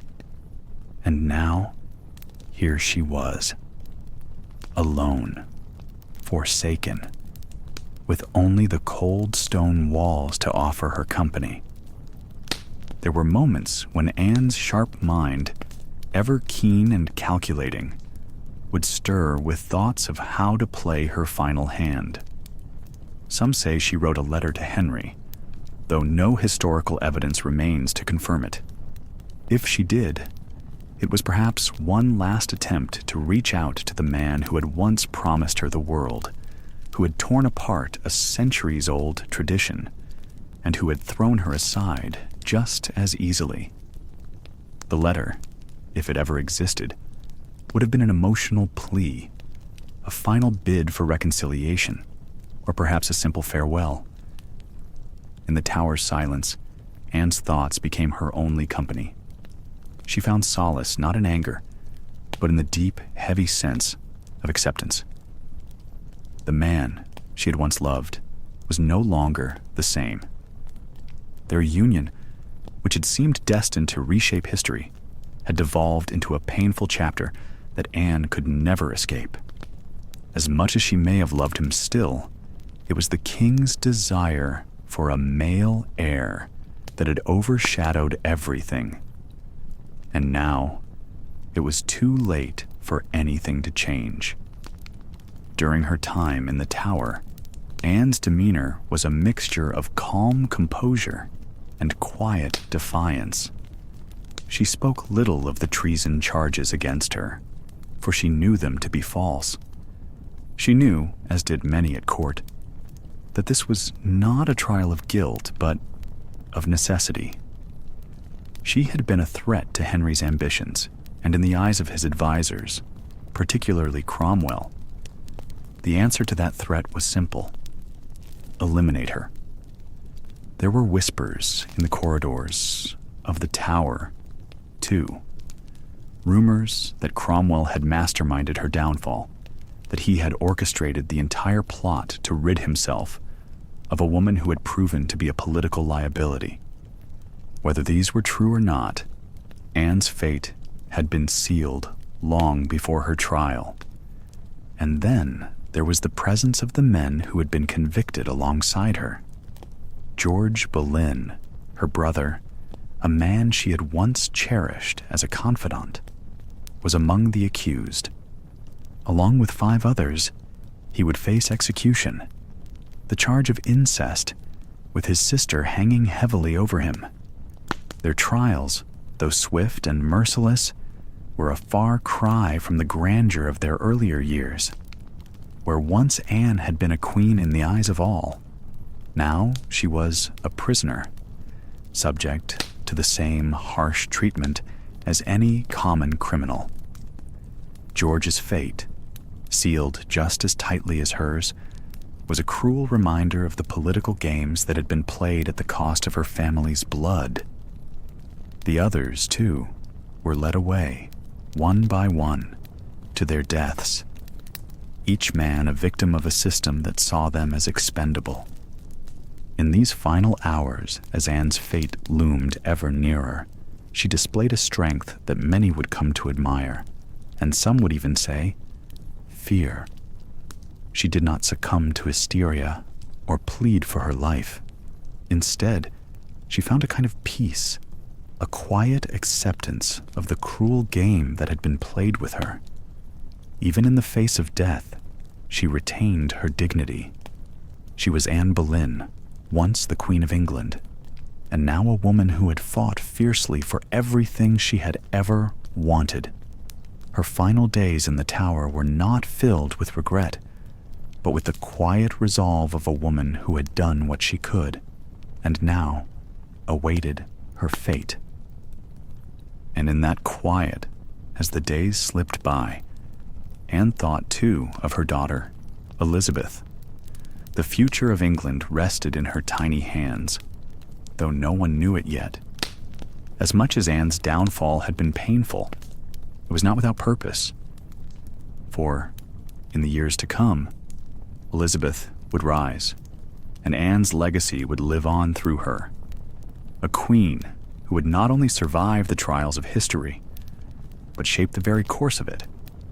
And so, in the stillness of the tower, Anne Boleyn prepared to meet her end, with a grace that few would ever understand, and a strength that would be remembered long after her execution. Dawn broke quietly over the Tower of London on the morning of May 19th, 1536. The sky was pale and still, as if even the wind dared not stir. Inside the confines of her chambers, Anne Boleyn rose early. She had not slept much. How could she? For all the noise that had surrounded her life, this morning was marked by a strange kind of hush. The tower, that great fortress by the Thames, had once welcomed her as a queen. Now it stood as the last walls she would ever see. Yet Anne moved with calm. She dressed simply in a gray gown trimmed with crimson. Her hair was pinned beneath a modest headdress, and she wore no jewels. She had once dazzled a court with French gowns and fine lace. Today, she chose dignity over display. As the morning light slowly crept across the stones, those around her waited anxiously for word of the execution. It had been postponed once already. The swordsman, specially summoned from France at Henry's command, had taken longer than expected to arrive. Some believed it a final act of mercy from the king, a cleaner death for the queen he had once adored. Others whispered that it was more symbolic, a foreign blade for a woman who had once so boldly carried herself like a continental queen. Whatever the case, he was here now, and the hour had come. Anne was led from her rooms by Sir William Kingston, the constable of the tower.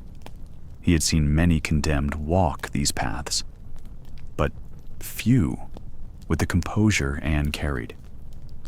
She made her way down the stone corridors, through the gate, and out into the courtyard where the scaffold had been built. It was a small, square platform draped in black cloth. A handful of witnesses stood nearby, nobles, guards, and a few ladies. The crowd had been kept intentionally small. This was no public spectacle. Henry wanted this chapter closed quickly and with minimal fuss. Anne looked at the wooden steps before her, then turned her face to the sky. It was still early, the sun not yet warm. She took a breath. Then she mounted the scaffold. She did not weep. She did not shake. Instead, Anne stood tall, even as her fate waited only feet away. She asked permission to speak, and when it was granted, she turned to the small assembly and offered words that have echoed across the centuries. "Good Christian people," she said, her voice steady, "I am come hither to die, for according to the law, and by the law, I am judged to die, and therefore I will speak nothing against it." Her words were not of protest.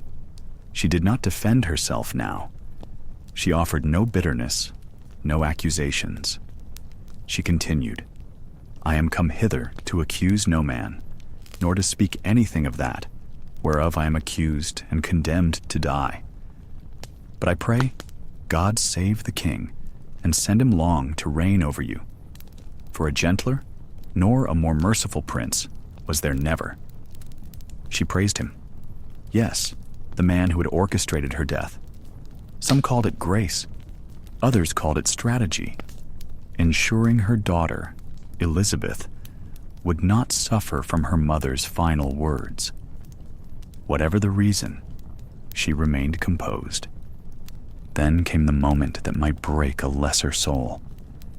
Anne turned to her ladies, those few loyal attendants who had stayed by her to the end. She asked for their prayers and for their help. Gently, She knelt. One of them tied a blindfold over her eyes. Another tucked her skirts beneath her knees. The executioner stepped forward.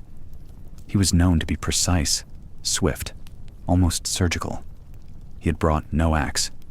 He carried a sword, long, sharp, and foreign. Anne could not see him. She knelt upright, hands folded, murmuring prayers.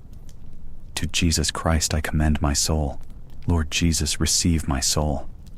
Her lips moved in silent rhythm as the crowd fell into an uneasy quiet. Even the wind seemed to pause. The swordsman did not rush. He stepped lightly across the platform, then made a small motion to his assistant, perhaps to distract her, to keep her head steady, and in a single, clean stroke, it was done.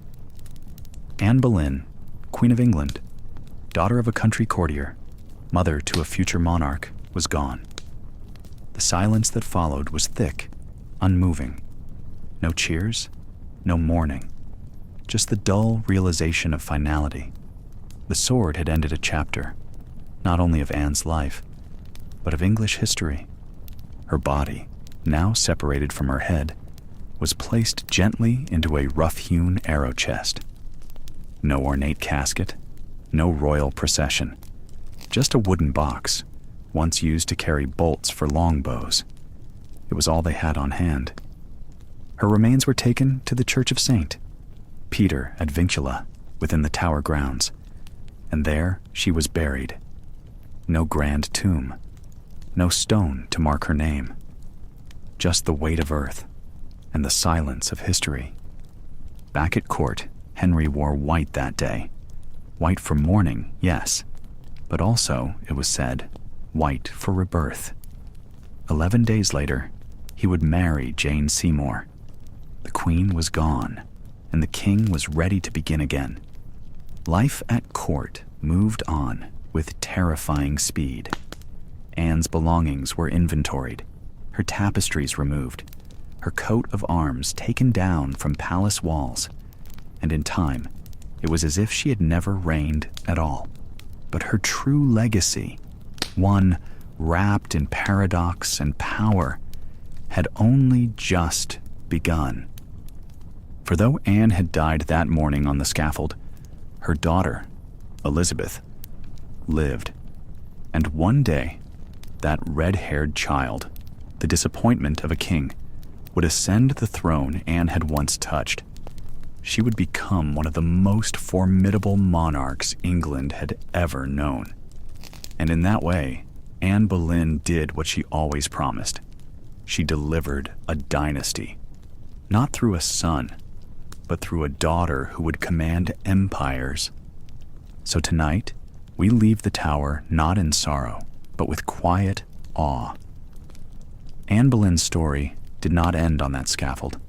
It continued in the bloodlines of queens, in the pages of history, and in the stubborn belief that a woman, clever, bold, and brilliant, could shape the fate of a kingdom, even when the world told her she shouldn't.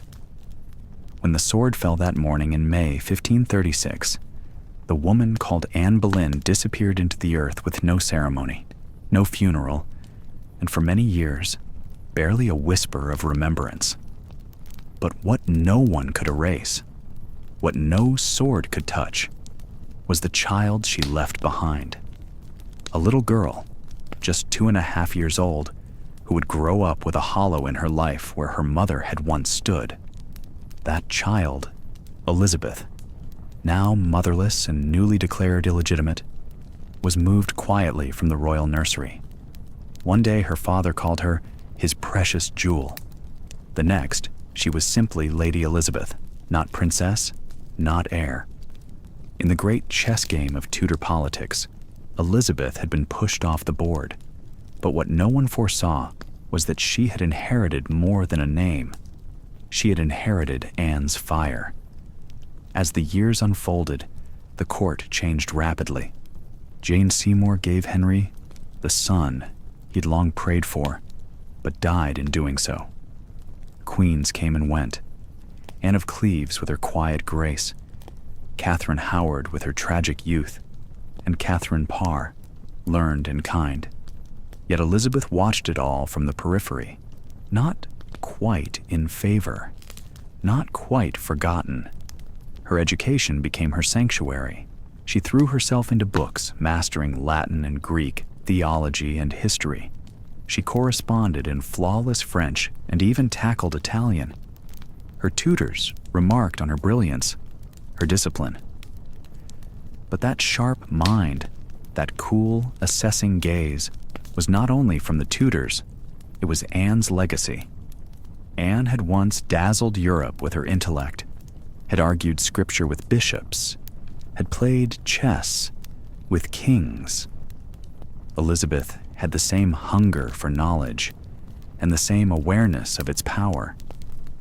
And perhaps, though it was never spoken aloud, she also inherited the knowledge of danger.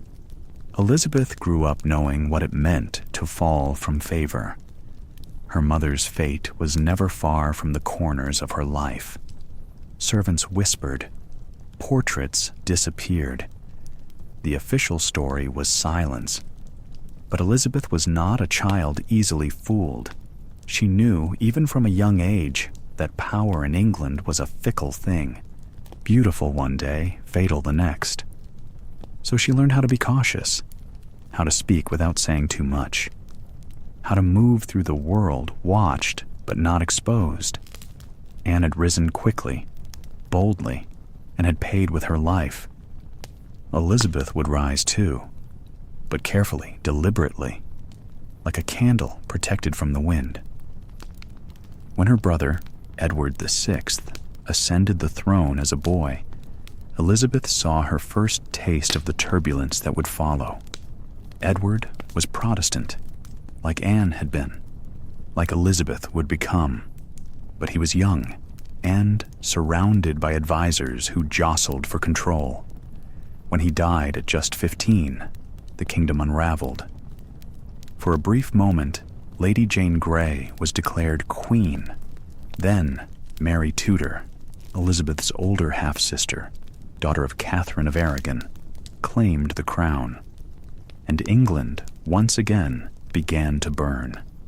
Queen Mary was Catholic, devout, and she had never forgiven Anne Boleyn, nor her daughter, for the humiliation her mother endured. Elizabeth, now a young woman of striking intelligence and quiet strength, walked a narrow path. She outwardly conformed, attending Catholic Mass. But rumors swirled that she harbored Protestant beliefs. Some saw her as a threat.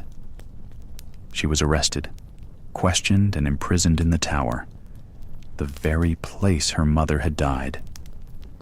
Imagine her there, in those same stone walls, in the same shadowed courtyards. The ghost of Anne Boleyn must have hovered over every inch. Elizabeth was only 21. She did not know if she would ever leave that place alive. But she did. Whether by caution, luck, or divine protection, she survived Mary's reign. And when Mary died without an heir, there was no one left with a stronger claim. And so, the daughter of the beheaded queen, the girl once declared illegitimate and set aside, stepped forward to claim the throne of England. On November 17th, 1558, Elizabeth became queen. She was 25, and in that moment, Anne's legacy took on flesh and form. Elizabeth did not rule as a puppet, nor as a pawn. She ruled as a monarch in her own right. Her reign would become known as the Elizabethan era, an age of exploration, of poetry, of power. It was under her that the English Navy defeated the Spanish Armada. It was under her that Shakespeare wrote his masterpieces. It was under her that England found a new identity, strong and Protestant and proud. She never married. Some say it was because of what marriage had done to her mother. Others believe it was a calculated move to keep control. But whether out of pain or politics, Elizabeth kept the crown entirely her own. And yet, through it all, she rarely spoke of Anne. There are no surviving letters where Elizabeth openly mourns her mother. No long reflections, no public commemorations. But there are clues. She wore a ring with a hidden portrait, one side her own, the other believed to be Anne's. She kept loyal men in her circle who had once served the Boleyns. She quietly restored some of Anne's family to favor. And most of all, she ruled with the same fearless wit and sharp understanding of court that had once made Anne so formidable. Elizabeth did not need to speak her mother's name. She was her mother's daughter in every way that mattered. So when we ask what legacy Anne Boleyn left behind, we need only look to the reign of Elizabeth I, not just in bloodline, but in character, in strength, in the fact that a woman could rule, truly rule, not as a consort, not as a mother of sons, but as a sovereign in her own right. Anne Boleyn had once dreamed of a son to secure her place in history. But what she gave the world was something far greater, a daughter who would change it forever. Elizabeth reigned for 44 years, and when she died in 1603, the end of the Tudor dynasty marked the close of an age, but not the end of Anne's shadow. Because through Elizabeth, Anne's voice echoed, not in speeches or writings, but in the very idea that a woman, clever, commanding, unbowed, could hold the scepter of England. So tonight, we close the tale not with a fall, but with a rise. The rise of a girl born under suspicion, who grew into a queen born of scandal, and who died a monarch beloved and feared. Anne Boleyn did not live to see it. But in every corner of Elizabeth's England, in every poem and ship and law passed under her reign, Anne's fire flickered on. A woman executed for daring to reach above her station became the mother of the greatest queen England ever knew. And perhaps, in the quiet of eternity, that is all the justice she ever needed. Time has a way of softening the edges of pain, of smoothing the sharp stones of judgment and scandal until what remains is a kind of quiet wonder. When we think of Anne Boleyn today, we are no longer in the candlelit courts of Henry VIII. We are in history books, in novels, in plays and films and whispers passed down through generations. Her life, once a scandal, is now a subject of fascination. Her death, once considered justice by some, is now viewed through gentler, wiser eyes. Anne did not get to write the ending to her own story, but history, as it turns out, wrote one anyway, and it did not forget her. There was a time, years after her execution, when Anne's name was barely spoken at court. It was dangerous, impolite, even distasteful to mention her in royal company. She had been erased from tapestries, her emblems scrubbed from walls, her portraits removed or destroyed. But history has a long memory, and silence has never been very good at keeping stories buried. Over time, people began to question the narrative. They read the trial records.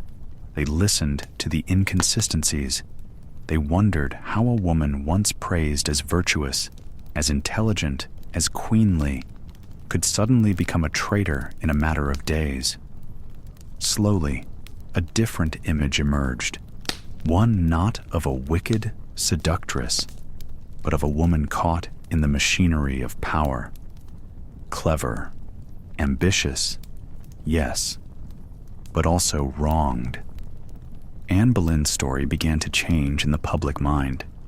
Not during the reign of Elizabeth. That would have been too dangerous, too fresh. But centuries later, historians and poets and novelists began to look back and see her not just as a queen, but as a symbol.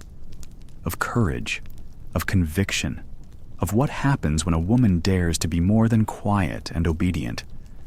Anne's wit, once her weapon, became her crown. Her faith, so often overlooked, was remembered. The Psalms she read before her death, the final words she spoke, forgiving the king who destroyed her. These were not signs of weakness. They were echoes of a woman who faced the end with grace. And yet, Anne's story is not only her own. It is a story woven into the tapestry of England. Through her daughter Elizabeth, Anne left a mark on the soul of a nation.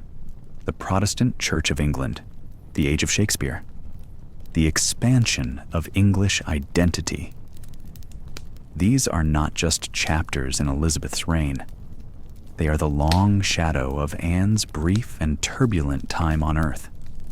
The mother and daughter never knew each other in life, but together they shaped the future. Elizabeth's motto was Semper Idem, always the same. But in her rule, we saw something entirely new. A woman sovereign, ruling without a king. And the world began to wonder, had Anne lived? What might she have become? Today, we see Anne Boleyn's face in portraits across museums and galleries. Her famous bee necklace has become iconic.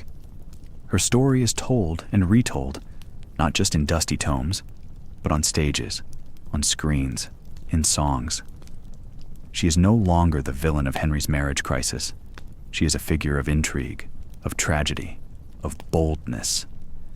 Students write essays about her. Writers pen entire novels. Historians debate her guilt or innocence not with anger, but with deep, abiding curiosity. And perhaps that is the truest legacy of all. Not that she was perfect or saintly, or even entirely right, but that she continues to provoke thought. Anne Boleyn was not easily understood in her lifetime, and she is still not easily defined. That, in itself, is remarkable. We like to think that the truth always wins out in the end, that the good are remembered and the unjust are forgotten. But history is more complicated than that. Anne's reputation survived not because it was preserved, but because it was fought for. By writers, scholars, and above all, by time itself. The Anne we remember now is not the Anne smeared in the propaganda of her enemies. It is the Anne glimpsed in letters, in songs, in her final words before death. The Anne who held fast to her innocence, who refused to confess to lies just to make things easier, who walked to her execution not in terror, but in faith. There's something deeply human about her story. It's the story of ambition, of love, of betrayal, of rising too fast, and of falling far. But it's also the story of endurance. Anne Boleyn lived only 35 years. But in that short time, she altered the very fabric of her country. She changed the church. She changed the crown. And most of all, she changed the way we think about what women can do. Not just in court, not just in power, but in life. And so we leave Anne Boleyn not in the cold of the tower, but in the warmth of memory, not in the silence of her grave, but in the hum of conversation that continues to surround her name. Every time her daughter's reign is celebrated, Anne is there. Every time a young woman reads about her and finds strength in her defiance, Anne lives again. She is not just a cautionary tale. She is a mirror, reflecting the risks of daring to be more, and the cost, and the beauty. Perhaps the most powerful part of Anne's legacy is that she no longer belongs to Henry's court. She belongs to us, to everyone who has ever been underestimated, to anyone who has stood tall when it would have been safer to kneel. To every voice that has been silenced, but still echoes centuries later. Anne Boleyn may have been taken from the world by a king's will, but she remains through a queen's triumph, through a nation's memory, through the very idea that a single life, even a short one, can shape the course of history. So tonight, if you find yourself walking through shadowed halls of time, and you pause to wonder whether one person can truly matter, remember her, the girl born in the quiet countryside, the woman who became queen, the mother who never got to see her daughter reign, and the echo that still lingers in libraries, in stories, in hearts. Anne Boleyn, not forgotten. Thanks for listening. If you're already asleep, great. We've successfully lulled you to sleep. And if you're still awake, well, that's impressive. If you genuinely enjoy these boring stories about history, feel free to subscribe to our channel whenever you're in the mood. Sleep well, and good night.